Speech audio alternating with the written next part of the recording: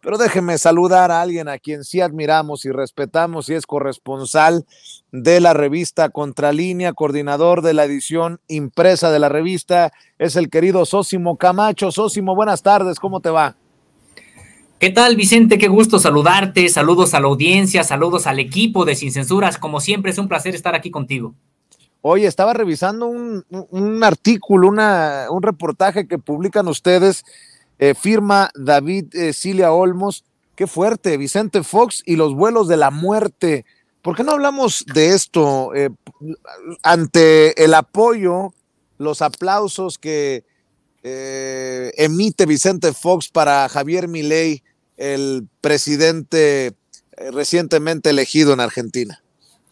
Así es,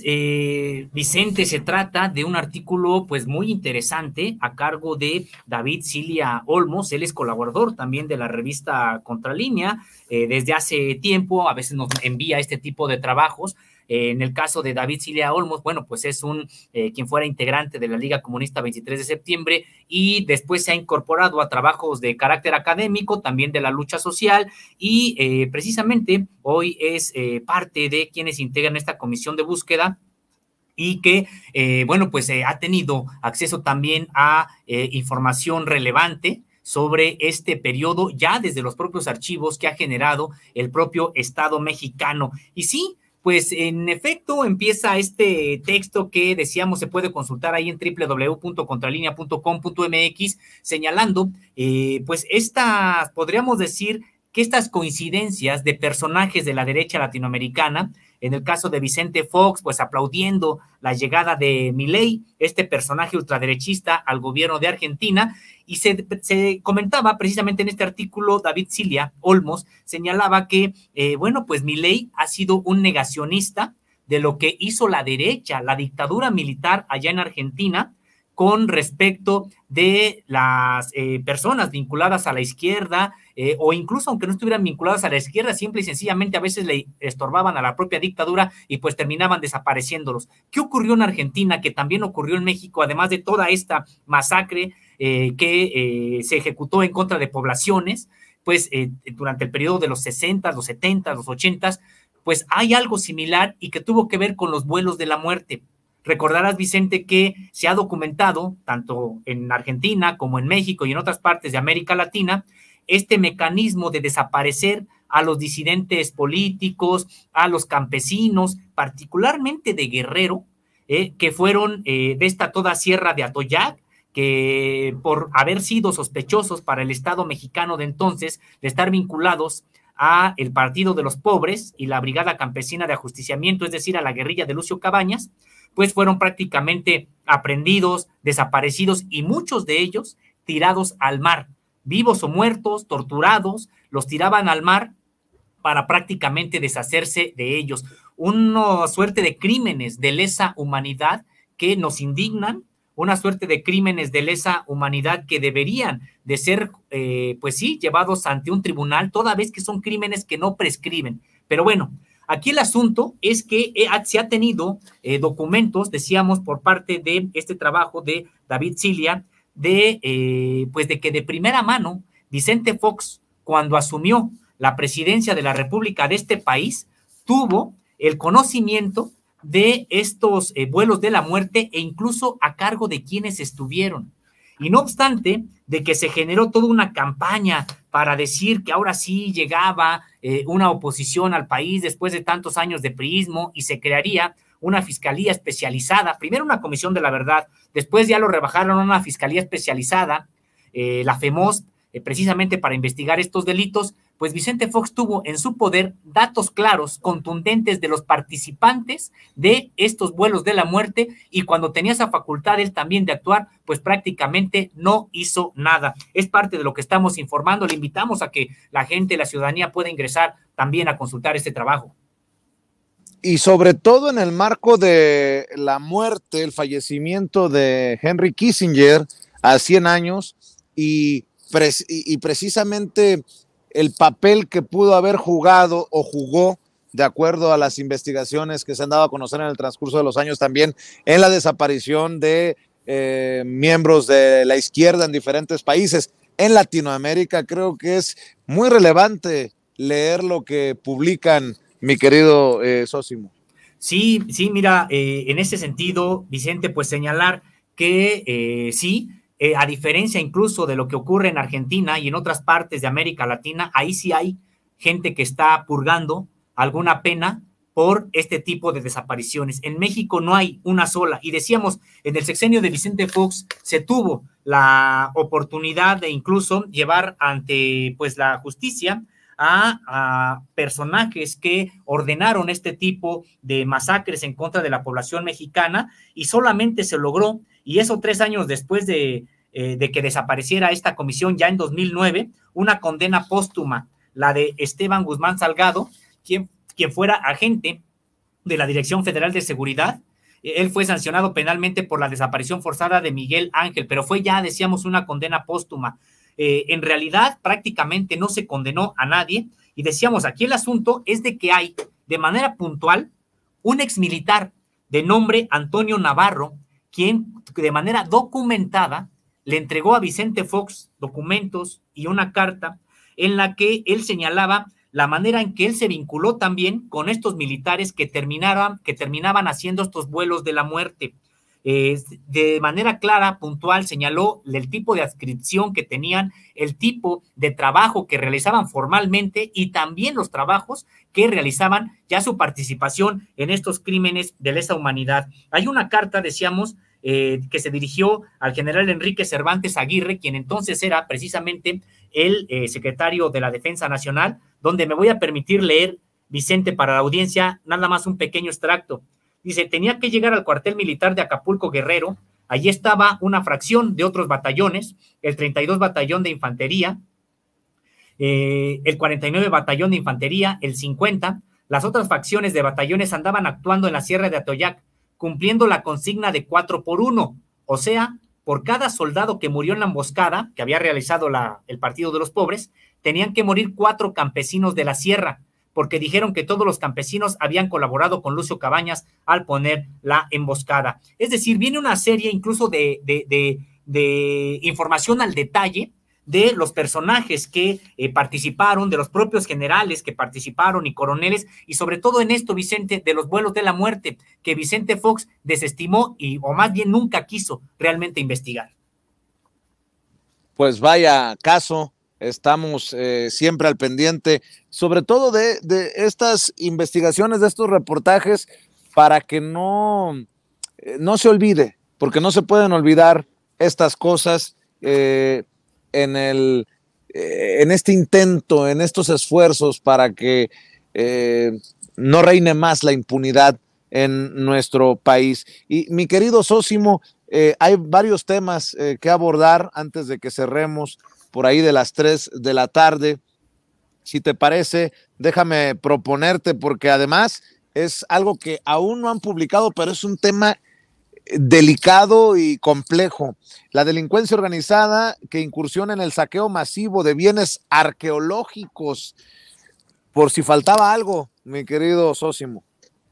Así es, Vicente, pues se trata precisamente de un tema que estará publicando la próxima semana nuestro compañero José Reyes, una investigación que tiene que ver con el saqueo de bienes culturales en México, y aquí lo relevante es que ya ha incursionado en efecto la delincuencia organizada en este tipo de saqueo de carácter cultural, y entonces ya estamos viendo a la misma delincuencia que se encarga del trasiego de drogas, del contrabando de armas, del lavado de dinero, pues también como la que está promoviendo este tipo de saqueo arqueológico en México, en América Latina y en el mundo. Se trata de, para dar un dato claro, en este momento son 13,000 bienes culturales los que ya recuperó la actual administración. Se trata de una recuperación como no había ocurrido tampoco en la historia reciente del país. Es una recuperación muy importante, pero que también da cuenta del número de saqueo, del nivel de saqueo que está ocurriendo en México, decíamos, y en América Latina. En esta investigación que se estará publicando la próxima semana, se cuenta con información de la propia UNESCO, a cargo de un experto de esta misma organización de las Naciones Unidas para la Ciencia y la Cultura. Se trata del investigador Carlos Tejada, quien precisamente pues es de los encargados de investigar no solamente la manera en que son saqueados estos recursos, sino también incluso las líneas de las redes de distribución de estos bienes que son culturales, y precisamente es lo que también además la propia UNESCO estará publicando en los próximos meses. Se trata del tráfico ilícito de bienes culturales, que representa una amenaza mundial y un obstáculo para la seguridad global. Se trata de un problema tanto en el ámbito cultural, dado que los bienes culturales forman parte del patrimonio común de la humanidad, como en el ámbito social. Y sí, en efecto, Vicente, se trata de la incursión de cárteles como el Jalisco Nueva Generación y el de Sinaloa también a estas redes de tráfico de piezas arqueológicas. Y también hay que señalarlo, Vicente, que probablemente haya todavía mayor tráfico porque también se encuentran hay más hallazgos de estos bienes en México. Recordar que incluso se tiene que poner mucha atención con lo que ocurre allá en la península de Yucatán, toda vez que el paso de este Tren Maya, la construcción del Tren Maya, como bien sabes, pues generó un descubrimiento, un redescubrimiento de la cultura maya. Estamos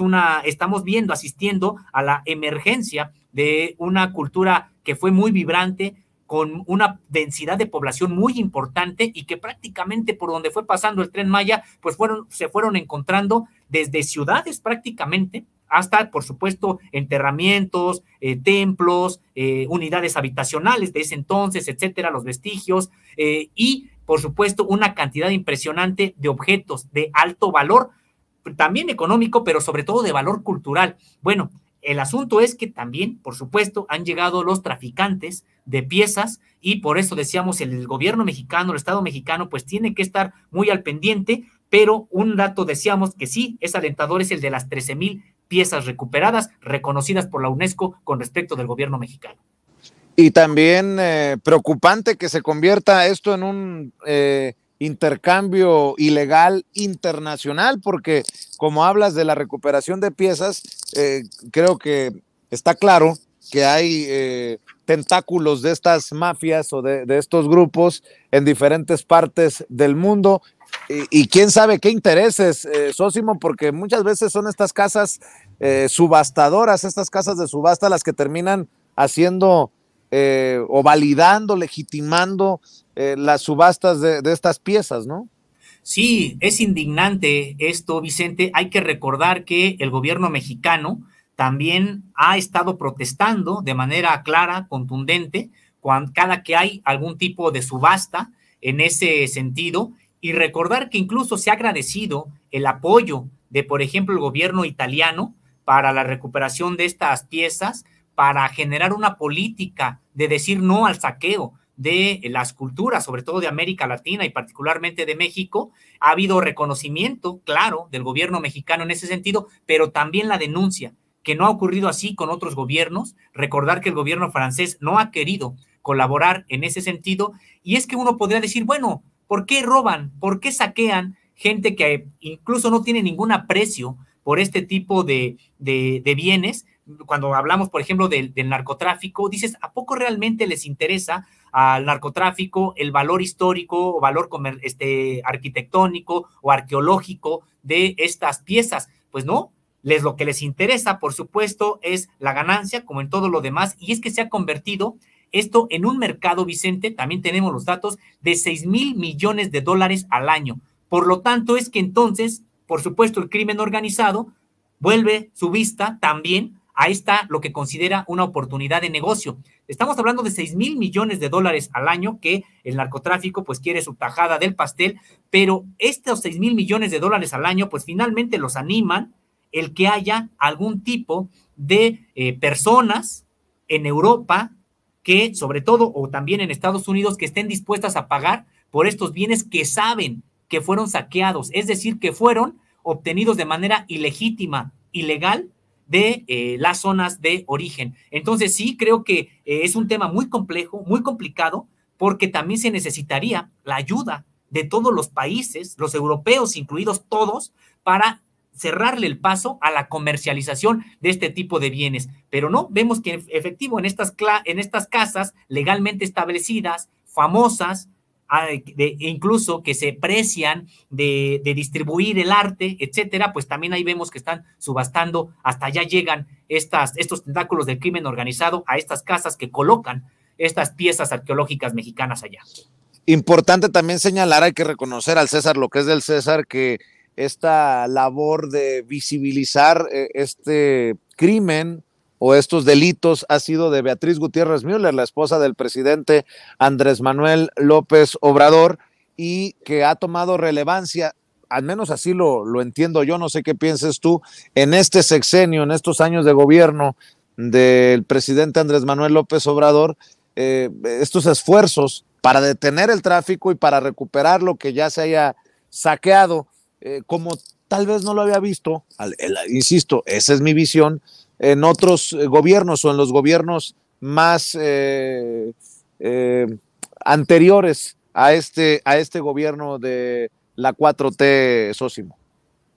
Así es, Vicente, en efecto, es un asunto también de reconocer en este sentido. Claro, en los gobiernos anteriores prácticamente no había ninguna política, digamos, de recuperar, por ejemplo, las piezas que habían sido ya saqueadas del país. Hay que recordar que incluso ha habido esfuerzos infructuosos como el regreso del penacho de Moctezuma, por ejemplo, que no se pudo recuperar. Esto no por falta de insistencia, en este caso del gobierno mexicano, sino porque empezaron a poner muchos pretextos desde Europa para poder regresarlo, incluso con réplicas aquí en México de algunas personas que tampoco quieren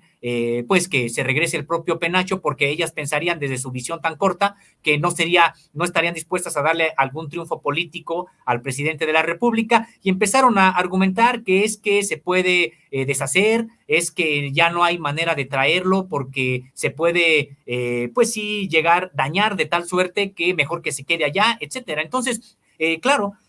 sí, también tendríamos que señalar esta parte, esta política del Estado mexicano actual de recuperar las piezas, pues es algo que no se había visto. De hecho, no hay no hay una cifra siquiera que se le acerque a los 13,000, a los 13,000 bienes culturales que recuperó ya la actual administración, porque sí hay una política en ese sentido que está instrumentada de manera también muy importante por Beatriz Gutiérrez Müller,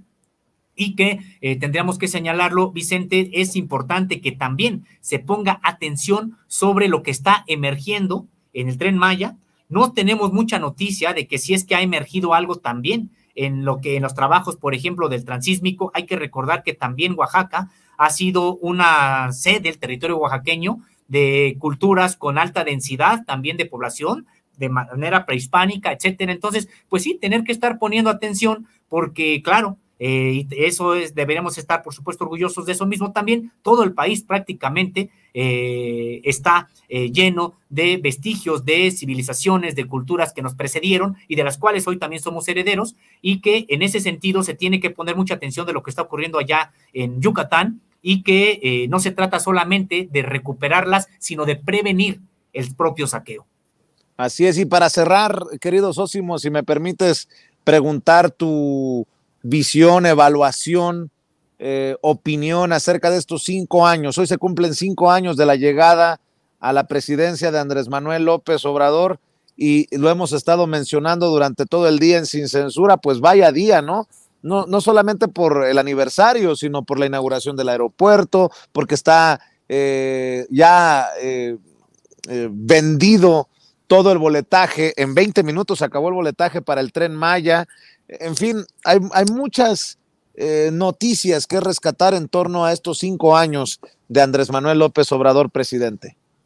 Sí, Vicente, yo mira, con lo que me quedo tiene que ver con el sector laboral. Creo que ha sido muy importante también lo que se anunció, por ejemplo, el día de hoy, y que tiene que ver con un incremento del 20% directo al salario, y que ya suma entonces en términos reales un incremento del 200% al propio salario. Creo que es algo que en efecto no se veía en 50 años, un crecimiento muy importante del propio salario. Y es que hay que recordar algo, Vicente, siempre se nos dijo que no era posible que no se puede incrementar los salarios porque supuestamente se cae la economía, porque supuestamente no iba a aguantar y iba a venir una escalada de precios insostenible, etcétera. Siempre este tipo de, en realidad, falacias que se estuvieron emitiendo desde el poder económico y el poder político, y eran para justificar que pues una alta tasa de ganancia del propio sector empresarial en detrimento de los derechos de los propios trabajadores.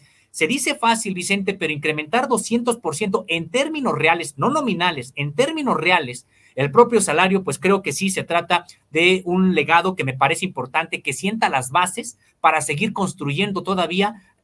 más en materia laboral. También, para hablar de materia laboral, creo que es muy importante el señalar que los sindicatos ahora tienen la oportunidad de refrendar el contrato colectivo cada determinado tiempo, y también los propios trabajadores tienen la oportunidad de generar una nueva organización gremial y distinta a la que las ha representado por mucho tiempo, porque hay que acordar cuántos cacicazgos, etcétera. Esto no quiere decir que los problemas estén resueltos, pero creo que hay una base muy importante que para mí, Vicente, de lo más importante que ha ocurrido, a lo mejor no es algo que se vea así en una obra, a lo mejor no es algo que se vea en algún camino, etcétera, pero creo que la cuestión laboral es algo que se tiene que valorar de manera muy importante y decir, esto es la base. Ahora, en los siguientes meses, en los siguientes años, se tiene que consolidar una política laboral que venga a seguir incrementando el nivel de los salarios, por un lado, y también la garantía de los propios derechos laborales. Creo que eso es uno de lo que yo podría, desde mi punto de vista, rescatar. Y otro, también muy importante, la intención, que también falta, por supuesto que falta, pero ahí están las bases para garantizar el derecho a la salud de todas las personas, independientemente de la condición social, del trabajo, del sector al que pertenezcan. También de la federalización de los servicios de salud, creo que viene un asunto de justicia social que se había postergado durante mucho, mucho tiempo. Siempre la población mexicana procurándose la salud que pudiera pagar. Si eres pobre, pues te pagas una salud precaria. Si tienes dinero, pues te atiendes en los mejores lugares. Entonces creo que esta intención que ahí va en marcha de federalizar los servicios de salud para que todas las personas tengamos acceso a la salud, y la salud sea eso, un derecho y no un servicio, creo que es otro de los legados que decíamos en este momento, pues se tiene que consolidar para que siga avanzándose y se concrete estos dos asuntos, materia laboral y materia de salud. Creo que es con lo que yo más me quedo. Y qué importante que lo menciones, porque en momentos en que el presidente presume y de hecho se siente emocionado por sacar a por lo menos 5 millones de mexicanos y mexicanos de la pobreza, esto es un factor, uno de los factores que nos ha llevado a precisamente analizar esta situación y estas estadísticas. ¿Con qué cierras? ¿Con qué planteamiento cierras? Y obviamente te pido también que cerremos, cuando así lo consideres, invitando a la audiencia de Sin Censura a las trincheras de Contralínea, querido Sósimo. Así es, Vicente, pues a mí me gustaría cerrar solamente con un dato más sobre lo que ya hablábamos de estos vuelos de la muerte, que además Vicente Fox tuvo de primera mano la denuncia, porque es una denuncia formal que se presentó sobre estos vuelos de la muerte. Solamente señalar que esto se da también en el marco de que mañana es el 49 aniversario luctuoso de Lucio Cabañas Barrientos, de un personaje que vino prácticamente a dejar una impronta en todo el movimiento social, con las ideas de transformación, con las ideas de cambio, pero sobre todo de justicia para los más pobres. No por nada se llamó a su partido el Partido de los Pobres, y que en ese sentido creo que es importante que se retomen ya por la actual administración. Obviamente quien hizo la denuncia ya no está. Se perdió una gran oportunidad cuando el sexenio de Vicente Fox, porque se pudo haber en ese momento enjuiciado a quienes todavía vivían y que participaron de estos hechos, pero creo que todavía en virtud de la propia memoria que necesitamos tener los propios mexicanos y de la propia justicia, por lo menos ya no en un ámbito de encarcelar a quienes cometieron o perpetraron estos hechos, pero sí una justicia en el ámbito de que se sepa quiénes fueron los responsables para que nunca más ocurran hechos como estos. Pues creo que es importante que se retome, incluso por la actual administración, esta denuncia que ahí está, esta denuncia que de manera formal se ha rescatado ya de los propios archivos, y creo que es importante decirlo en este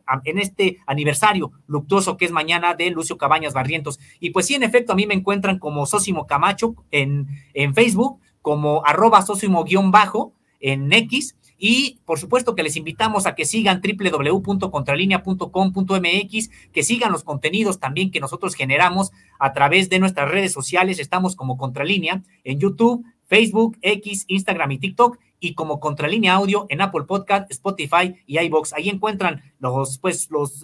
trabajos de todo el equipo de Contralínea, también en nuestra página www.contralinea.com.mx. Pues mi querido Sósimo, como siempre es un placer, te mando un abrazo y estamos al pendiente de la edición de este fin de semana de la revista. Que pases excelente tarde, cuídate, Sósimo. Un fuerte abrazo para todos, para el equipo, un fuerte abrazo también para la audiencia. Muchos saludos, Vicente, gracias.